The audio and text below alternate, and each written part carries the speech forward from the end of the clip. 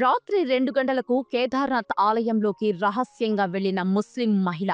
అంతలోనే ఏం జరిగిందంటే, ఆమె ఒక ముస్లిం అమ్మాయి, కానీ గొప్ప శివభక్తురాలు.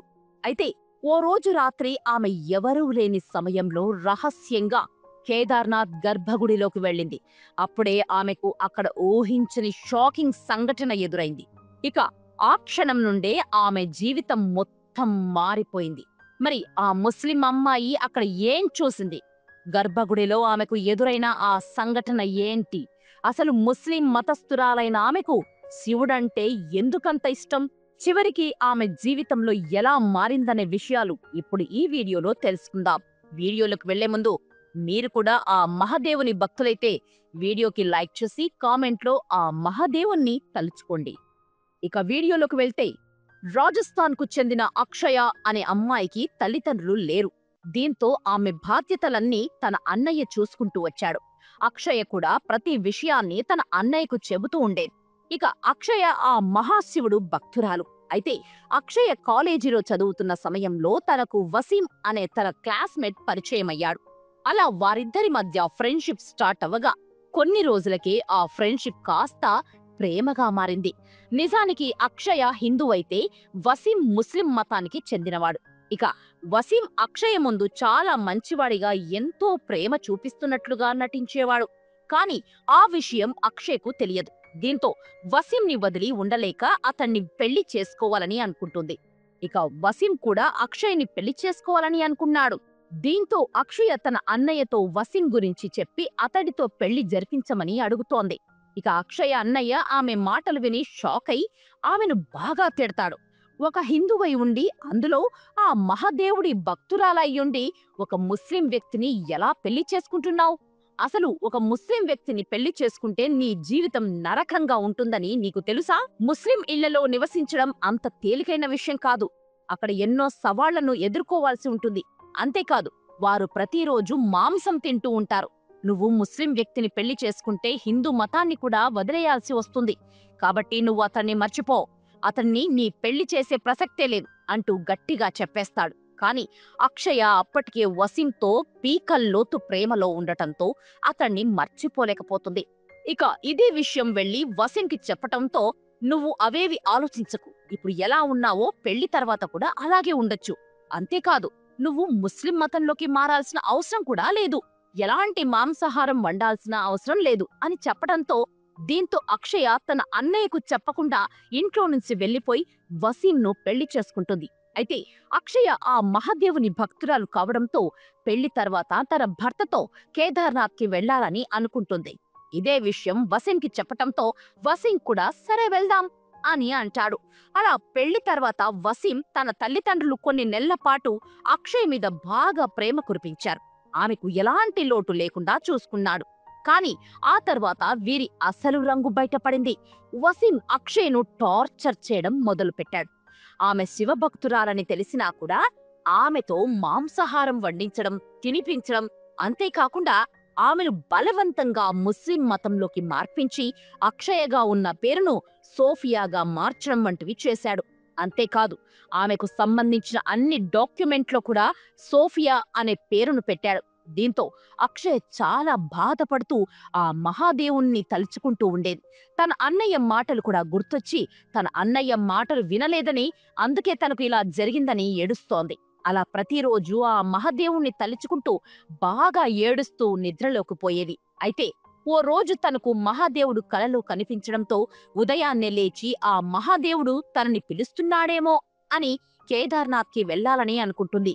కాని వసీంకు ఈ విషయం తెలిస్తే అతడు అక్షయ్ను అస్సలు పంపించడు. దీంతో అక్షయ్ బాగా ఆలోచించి తన భర్తతో ఢిల్లీలో ఉన్న తమ దగ్గరి బంధువు చనిపోయిందని, ఆమె అంత్యక్రియలకు తాను ఖచ్చితంగా వెళ్లాలని చెప్పటంతో వసీం అస్సలు ఒప్పుకోడు. ఇక అక్షయ్ మాత్రం తను ఖచ్చితంగా వెళ్ళాలి అని, కావాలంటే నువ్వు కూడా వచ్చేయ్ అనడంతో అక్షయ్ చెప్పేది నిజమే అనుకుని వసీం సరే అని, కాని 2 రోజుల్లోనే ఇంటికి వచ్చేయాలని చెప్పి ఆమెను పంపిస్తాడు. దీంతో అక్షయ బట్టలు సర్దుకొని హరిద్వార్కు వెళ్లి అక్కడి నుండి కేదార్నాథ్కి బయలుదేరుతోంది. అలా ఆమె కేదార్నాథ్కి వెళ్లేసరికి రాత్రి 1 అవుతుంది.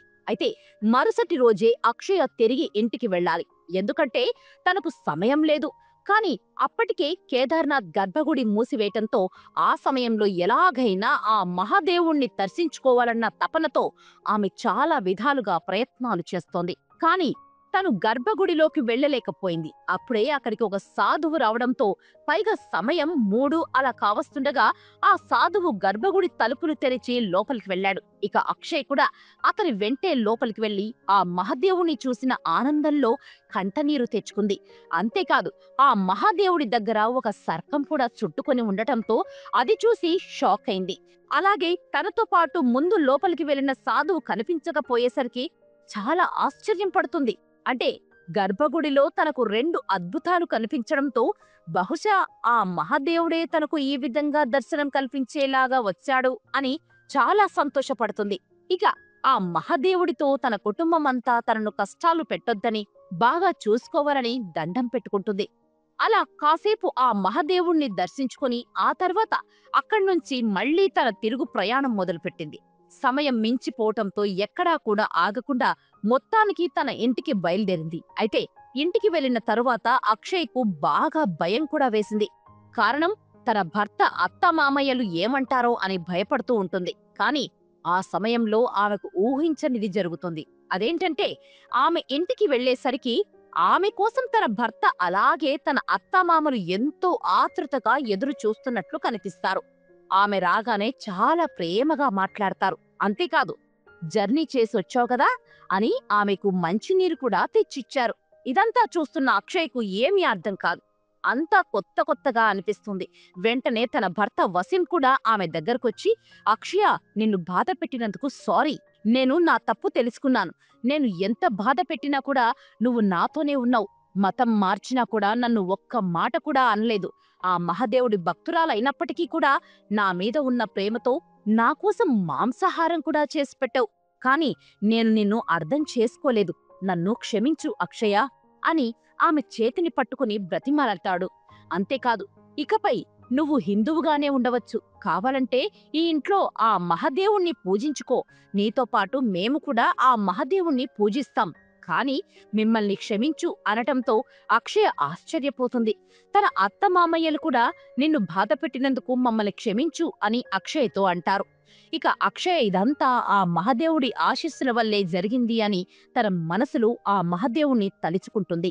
అంతేకాదు, వసీం అక్షయ్తో పెళ్లైన కొత్తలో మనం కేదార్నాథ్కి వెళ్దామని అన్నావు కదా, కాబట్టి ఇప్పుడు మనమందరం కలిసి కేదార్నాథ్ యాత్రకు వెళ్దాము అనటంతో అక్షయ ఆనందం మరింత రెట్టింపవుతుంది. తన కుటుంబంలో చాలా మార్పొచ్చింది అని సంతోషపడుతుంది. ఆ తర్వాత అక్షయ కుటుంబం అంతా కలిసి అక్షయ అన్న వాళ్ళ ఇంటికి కూడా వెళ్లి అతన్ని కాదు అని పెళ్లి చేసుకున్నందుకు క్షమాపణలు చెప్పగా అక్షయ వాళ్ళ అన్న కూడా చాలా సంతోషపడతాడు. ఆ తర్వాత అక్షయ తన కుటుంబంతో కలిసి మళ్లీ కేదార్నాథ్ యాత్ర చేస్తుంది. ఇక తనకు రెండోసారి దర్శనం కూడా తొందరగా కలిగినందుకు చాలా సంతోషపడుతుంది. ఆ తర్వాత అక్షయ గర్భం దాల్చగా 9 నెలల తర్వాత ఆమెకు పండంటి బిడ్డ పుట్టగా ఆ బిడ్డకు మహాదేవుని పేరే పెడతారు. అలా అక్షయ తన అత్తింటి వారితో అలాగే భర్త పిల్లలతో చాలా సంతోషకరమైన జీవితాన్ని గడపడం మొదలుపెట్టింది. అంతేకాదు, ప్రతి ఏడాది ఒక్కసారైనా ఆ కేదార్నాథ్ యాత్రకు తన ఫ్యామిలీతో వెళ్తూ ఉంటుంది. చూశారు కదా ఫ్రెండ్స్, ఆ మహాదేవుడి దయ ఉంటే ఏదైనా సాధించగలం. ఆ మహాదేవుణ్ణి తలుచుకుంటే చాలు, అన్ని కష్టాలు మాయమైనట్లే. మరి ఈ వీడియో పట్ల మీ అభిప్రాయం ఏంటి అనేది కామెంట్స్ లో తెలపండి. అలాగే మీరు కేదార్నాథ్ యాత్ర చేసినట్లయితే వీడియోకి లైక్ చేసి అక్కడ జరిగిన అద్భుతాలను పంచుకోండి. అంతేకాదు, ఈ వీడియో చూసిన ప్రతి ఒక్కరికి కేదార్నాథ్ మహాదేవుని దర్శనం కలగాలని కోరుకుంటున్నాం.